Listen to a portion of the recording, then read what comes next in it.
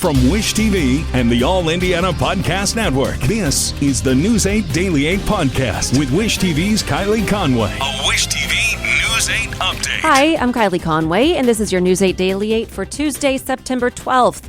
Expect some showers to be ongoing throughout the morning. It's going to then move south and then east. A few lingering showers this afternoon, but a more scattered variety. Much of the state, we're going to have low rain totals. So even though it's just this little drizzle throughout the day, it's a nuisance, but we're not going to get nearly as much rain as we really need. Highs are going to be cooler. Numbers in the low 70s. That is below average for this time of year because of a cold front passing through. Neighborhood streets in Indianapolis will soon undergo major repairs. The City County Council unanimously approved a multi-million-dollar resurfacing proposal last night. Next year, the Indianapolis Public Works Department will get $25 million for those plans. The funds will help with every part of fixing up local streets, from design, construction, and inspections. It's part of DPW's big picture plans. In March, Mayor Joe Hogsett announced that over the next 5 years, Indy DPW will oversee $1.2 billion in capital projects. Since 2022, the city's invested more than $100 million to improve neighborhood roads. As of last night, DPW proposed a 2024 budget of $363 million. That's up for a vote next month. If approved, the department will have tripled its budget over the last 7 years. Some city leaders say they're concerned about new renovations at City Market. The building is set to close sometime next year for upgrades. The proposed project includes apartments, office, and retail space. Right now, there's no date for construction to start or when the vendors will need to be out. Eventually, the market is set to reopen under new management with help from the city. One vendor tells News 8 he's worried about what that means for his business. I think just having a city run it might be better. But again, I don't know who the company is and what their values are. We also reached out to Jefferson Shreve, who's running for mayor against Joe Hogsett. Shreve says he would not have let City Market fall into such a state of despair in the first place. The state that it's fallen into today is not a post-COVID problem. This is a management problem. This is a Hogsett problem. And we just have to do better. The Department of Metropolitan Development says that all the funding for this project is secured. It's not tied to the 2024 budget, currently making its way through the City County Council. IMPD says a man is dead after a shooting at an apartment complex on the east side. It happened just before 6 last night. Police say officers found the man shot in the Amber Woods Apartments parking lot on John Jay Drive. It's off Midhofer Road. The man died at the scene. It's not clear what led up to the shooting, and no one is under arrest. From My Team 8 now, IMPD says 2 street racers are in custody after crashing into another car. Officers say they arrested Kendall Taylor and Cesar Carbajal late Sunday night. According to police, the men were caught racing on Kessler. They both face charges of reckless driving and taking part in a speed contest. Our I-Team 8 has received several videos of street racing across the city over the past few months, especially on the south side, and IMPD says it is aware of the issue. Attorneys for the man accused of killing a Marion County Sheriff's deputy want a judge to prevent more evidence from reaching the public.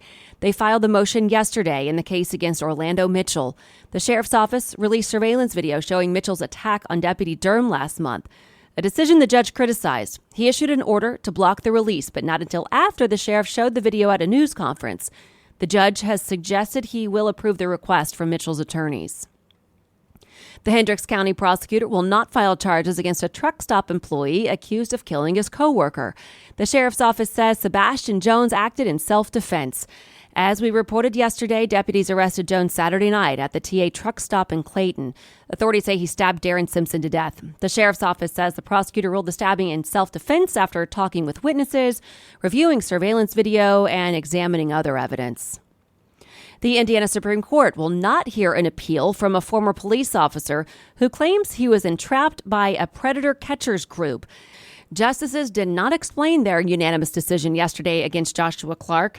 A Hendricks County jury convicted Clark of child solicitation in July of 2022. Investigators arrested Clark in May of 2021 after watching a live stream of him trying to meet a 14-year-old girl in Avon. According to court documents, that believed 14-year-old girl was actually an adult working for predator catchers. The organization says its mission is to expose men and women who want to engage in sexual activity with minors. A 3-judge panel found no evidence that police and the group worked together. The American Red Cross is making an urgent plea this morning. The organization says its blood supply is at critically low levels. Officials say climate-driven disasters are what's forcing blood drive cancellations. Also, many high schools stopped hosting blood drives because of the pandemic. This is ultimately straining the U.S. blood supply. The Red Cross supplies about 40% of all blood in America. They hope to immediately grow their supply. It says the national blood supply has fallen by nearly 25% since early August. In total, it saw a shortfall of about 30,000 donations last month. Many people rely on blood for emergency help, such as patients who depend on life-saving blood transfusions for conditions such as cancer or sickle cell disease. There's also an emergency need for platelet donors and especially type O blood donors. Anyone interested in making a donation should make an appointment.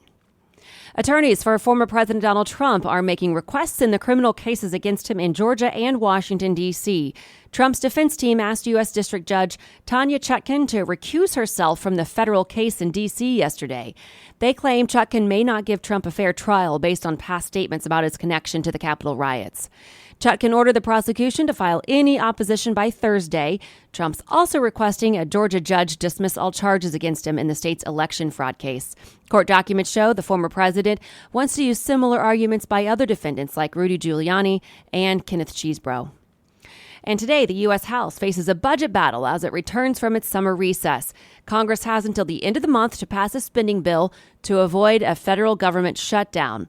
Congress has 11 working days to act before that potential shutdown. New COVID boosters could be available in the next few days as hospitalizations are on the rise. The FDA approved new versions of Moderna and Pfizer's booster shots yesterday. The manufacturers say the new shots are effective against the current dominant U.S. strain and emerging ones. They're both cleared for adults and children as young as 6 months old. A CDC advisory panel will provide its recommendations on who needs the updated shots later today. In the war on Ukraine, North Korean leader Kim Jong-un is in Russia to meet with President Vladimir Putin.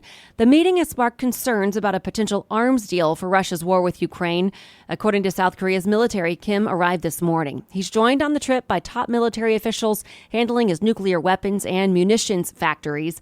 A Kremlin official says the leaders are slated to meet after Putin attends a forum that's scheduled to wrap up tomorrow. Officials say an American researcher is safe after being rescued from a Turkish cave. They say Mark Dickey was on an expedition to map the country's third deepest cave. However, he became seriously ill on September 2nd, causing him to require help. The cause of his illness is unclear. Rescue workers from multiple countries worked for over 2 days to get him out of the cave.